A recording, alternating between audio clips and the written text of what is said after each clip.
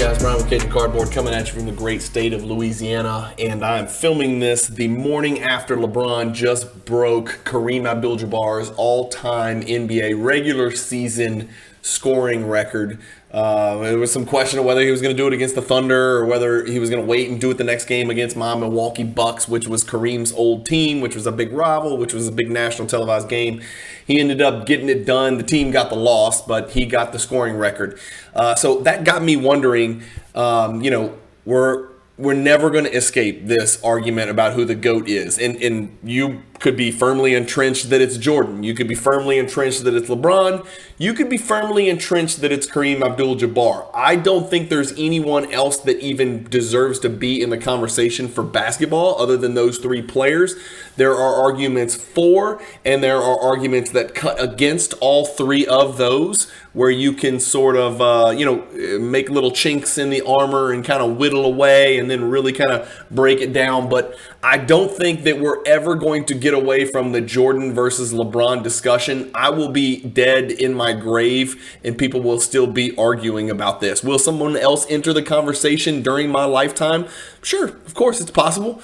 It's absolutely possible, but this conversation is never going away, and unless somebody just comes out of nowhere and gets the number of rings that Bill Russell had, puts up the stats that Wilt Chamberlain did, and then has the eye appeal and meets the eye test and captures, the entire world the way Jordan did, I don't think anybody's going to leave these two out of the conversation ever again. I think these guys are firmly entrenched in the conversation, no matter which side of the fence you sit on. But what I wanted to look at today is I want to compare LeBron's age 38 season to the gentleman that he just passed up, Kareem Abdul-Jabbar's age 38 season. So I've got Basketball Reference pulled up, and we're going to talk about some big picture all-time rankings in just a second. But first, I pulled up LeBron and Kareem's. Where are they? I thought I pulled it up. Maybe I didn't. I had it. Where did it go? Oh, there it is. What am I doing? So here we go. So this is LeBron's age 38 season this year. This is his 20th season, I believe. And this is Kareem's age 38 season. Kareem played two more seasons after this 1985-86 season. So this is the one thing I wanted to shed some light on. Kareem's boring. I get it. Kareem's personality is boring. I get it. The way he scored all his points with a sky hook ad nauseum and just sky hooked you to death is boring. I get it. He wore goggles, which is nerdy. I get that. But a lot of people, a lot of younger people, younger than me, kind of lessen they kind of try to diminish what he accomplished and act like, well, he just played a really long time and, he wasn't really that relevant later into his career. He just played until he was 40. Well, it's not that easy because a lot of players have played into their late 30s and 40s, and only one of them until last night had the all-time scoring record. So I wanted to show you guys Kareem was no joke in his age 38 season. In a lot of ways, he was as good or better than LeBron is in this age 38 season, which we can all agree is absolutely unexpected. LeBron's numbers are up. LeBron's efficiency is up. LeBron is absolutely killing it and putting up certainly all-star and all-NBA type numbers. But I want y'all to take a look at this. So we've got their per game broken down. Obviously, Kareem played 79 games because he finished the season, which is impressive in and of itself. LeBron's got 44 under his belt, but we're a little over halfway through the season. But I want to go down here to points per 36 minutes. So we kind of normalize it. And so in a points per 36 minute basis during this age 38 season for each of these players respectively, LeBron's averaging just under 30. Kareem was averaging 25.3 points per 36 minutes at age 38 as basically a giant 7-foot skeleton fossil wandering, trudging up and down the court. That's how devastating his skyhook was, even at that advanced age. He just released the ball from a point no other human being could contest. And it's just that simple. Why no one's replicated that in the last 45 years, I have no idea.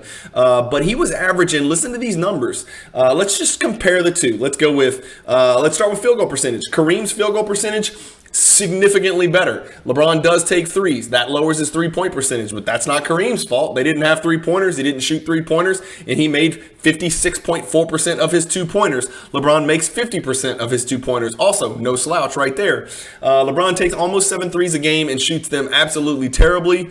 That is diminishing as he's getting later into his career. His three-point shooting percentage, 31%, is not good. It was even worse earlier in the season. He's actually started to shoot a little bit better as the season's progressed. As we talked about, two-point percentage, LeBron's two-point percentage is actually higher than Kareem's two-point percentage. So it's the high volume of bad three-point shooting that's bringing LeBron under. But true shooting percentage is really all that anybody cares about, which we'll look at in just a second. And then we get to free throws. Kareem 76.5, LeBron 76.4. No blood there. Rebounds, Kareem was 6.5. LeBron is a whopping 8.4 for a point forward. Obviously, we know he's a great rebounder. LeBron had significantly more assists than Kareem. LeBron and Kareem stole the ball at about the same rate, which surprised me. And then blocks, Kareem was eye-popping, way better than LeBron was, 1.8 versus 0.5. And again, the game's changed a lot as far as that goes, so it's just way more difficult to block a shot in today's game than it was in Kareem's time because shots are taken so much further away from the paint. There's just fewer blocked or deflected shots attempted. And then turnovers, they both turned it over about the same. 25.3 points to 29.8. So again, is LeBron having a better season? Yeah, he's having a better season. But let's not pretend that Kareem just played an extra 7 or 8 years and averaged 10 or 12 points a game and 4 rebounds a game. The dude was still doing some things. I mean, 25, 6, and 4 with almost a steal and 1.8 blocks. That's like top 20 fantasy value right there if you're a fantasy basketball guru. So Kareem was doing it when he was 38 years old in 1985-86, right about when the league started to transition over to the electrifying Michael Jordan. So let's take a look at the scoring records, right? We know he just passed up. LeBron just passed up Kareem in the scoring record. There he is. He's 3 points ahead. Remember, we're only measuring regular season points scored, not playoffs. So LeBron's 3 points ahead. I don't see anybody. If I scroll down this list, Carmelo's done. I guess he's still listed as active on Basketball Reference, but we know he's not. I don't think anybody in bold that's still playing is going to get anywhere even remotely close to Jordan. Some of them may sneak into the top 10 like Harden and Westbrook, but LeBron. Nobody's getting anywhere near the scoring title. So irrelevant, all these guys in bold, Steph Curry included. Steph Curry is not even remotely close. He is definitely not going to factor into the picture of the all-time scoring lead. We know Paul and DeRozan aren't. We know that Damian Lillard's not, even though I love him to death. Rudy Gay is a top 100 scorer of all time. I mean, we've got to get all the way down. Paul George is 123. He's got no chance. Giannis can get in the top 10. He can get in the mix. Can he score more points, way more points from this point forward than he has from the beginning of his career to this point? I don't know the answer to that. It's going to hinge a lot on his health, his ability to develop a little bit more skill. Because the one thing I'll say about Giannis, and I love him to death, and you guys know he's my favorite active player because of his eye-popping physical prowess, is that I don't think Giannis is going to age very well because he doesn't have a proficient, efficient point post game. He doesn't necessarily create space to get off, an effective jump shot. He doesn't catch and shoot open threes. And so even when he's no longer the alpha of his team, I just think it's going to be really hard. He can be a relevant player. He'll always be a relevant player defensively and just by how hard he plays. But I think as he slows down physically and he's no longer able to explode by people or get shoulder to shoulder and literally knock people off the basketball court and then dunk the ball, as that goes away, his ability to dominate is going to go away. We saw something similar with Shaq. When he got to the point where he could no longer just physically impose his will and shove people out of the way or get shoulder to shoulder, his numbers started to go down extremely quickly. So same kind of deal with Giannis. I don't see anybody else that's got any remote chance. Davis not healthy enough. Irving's too crazy. Brook Lopez, Bradley Beal, Mike Conley, all these guys are old, man. They have no chance whatsoever. This is going to be LeBron's record for a lot longer than Cajun Cardboard is going to be making content. Now, here's something that a lot of people don't know about LeBron. If you watched the game last night and you stayed up and watched the West Coast game to see him break the record, you probably heard LeBron's number 4 all time in assists. So you're talking about a guy that's scored more than Jordan. He has more assists than Magic Johnson, and he's got more rebounds than Larry Bird. Let that sink in, because you're talking about, heroes of the game, legends, mythical, just like the myths, the ultimate Rushmore, Magic, Jordan, and Bird. LeBron's I can't say he's a better scorer in his peak years, but you know what? I'm not going to disparage the guy or punish the guy because he's played more games than Michael Jordan. That's not something that you fault somebody for. And so I hear the argument all the time, yeah, but Jordan did it in fewer games. Well, that's great, but we're not really asking who in their prime was the greatest scorer of all time. We're asking who could put the most points on the board from beginning to end of their career, right? You should reward people who are consistent and durable. Not that LeBron's been super durable lately, but reward longevity. Why are we punishing longevity? Why are we punishing, LeBron for playing more games than Michael Jordan? Why are we punishing LeBron, for losing NBA Finals? Those are NBA Finals he got to that other people didn't get to. He kept the entire East out of the NBA Finals for how many consecutive years? Like almost a freaking decade. And so I've always been on the side. I'm a Jordan over LeBron guy. I am, as of right now, I'm a Jordan over LeBron guy. But it is important to take a step back and take notice. The dude is not only number 1 all time in scoring, he's number 4 in assists. He's almost certainly going to pass Chris Paul, and he's very likely going to pass Jason Kidd. So we're probably looking at, he's never going to catch Stockton. We're probably looking at somebody who is the all-time leading scorer and the second all-time leading assist. And then when we switch over here to rebounds, and again, I'm just looking at counting stats, and all you, PER people are going to go bonkers about this, but this is longevity, and this is still numbers. LeBron is 35th in rebounds with a really good chance to probably get into the top 15.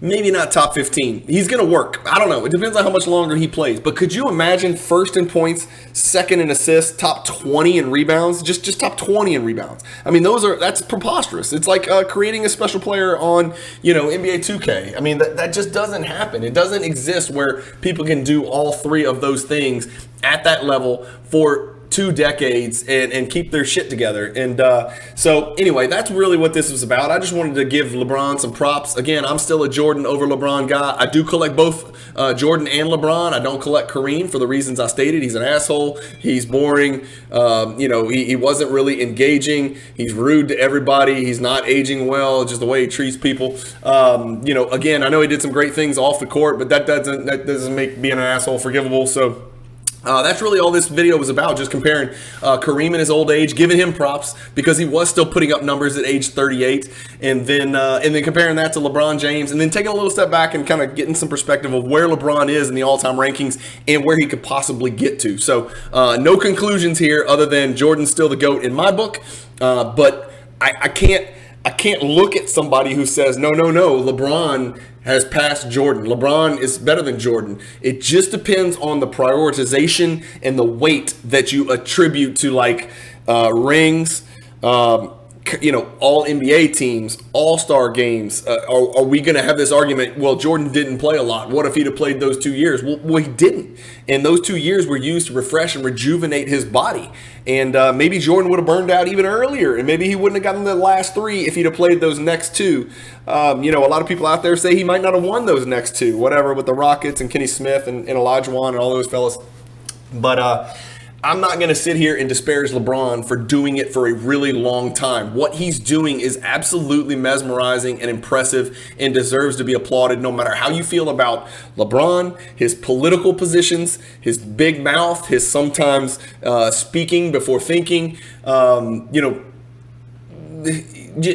Sometimes we got to put that stuff to the side and just appreciate an athlete for what they've actually done on the field. We've done it with other athletes throughout history, where we kind of separate the human being, Jordan included, we separate the human being from the athletic accomplishments that these people put onto the field. And so I think we should do the same thing with LeBron James. Even you guys out there that watch my channel that love Jordan as much as I love Jordan and collect his cards as passionately as I do, LeBron deserves some credit. He's doing it in a very different way than Jordan did, but it deserves some attention, it deserves an applause, and it deserves some credit. And I think that his cards, what's happening right now is a lot of his cards are running, and I'm going to do another video on this. A lot of his cards are running right now. I think they'll probably fall pretty nastily in the next 90 days because supply will flood the market, and people just always assume when you accomplish that feat, lets everybody sell and all the cards go up. It doesn't work that way. So we'll see these come down, just like if he had won an NBA Finals, the same thing would happen.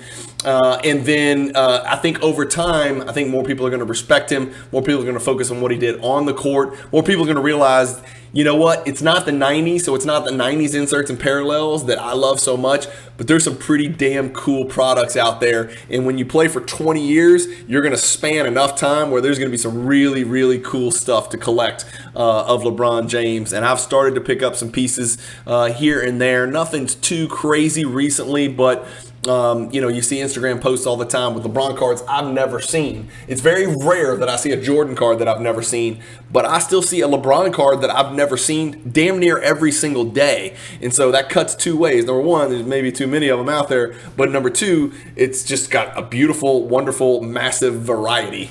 I don't know. All you loyal Jordan people out there that are like me, just take the moment, appreciate what LeBron did. Again, it wasn't a Jordan versus LeBron. This is not a Jordan versus LeBron video, but it is a video for those Jordan people out there. If you think that this argument is ever going to go away, it's not. And for you LeBron people, if you think that LeBron's the GOAT and Jordan's not, that's not going away from your perspective either. These two guys are going to be inextricably linked forever and discussed forever. The exact same way Wilt and Bill Russell, only on a much higher, much greater level with much greater weight lent to it, because we're talking about the GOAT, man. So, and don't forget about Kareem either. He's still in that conversation. Go look for yourself.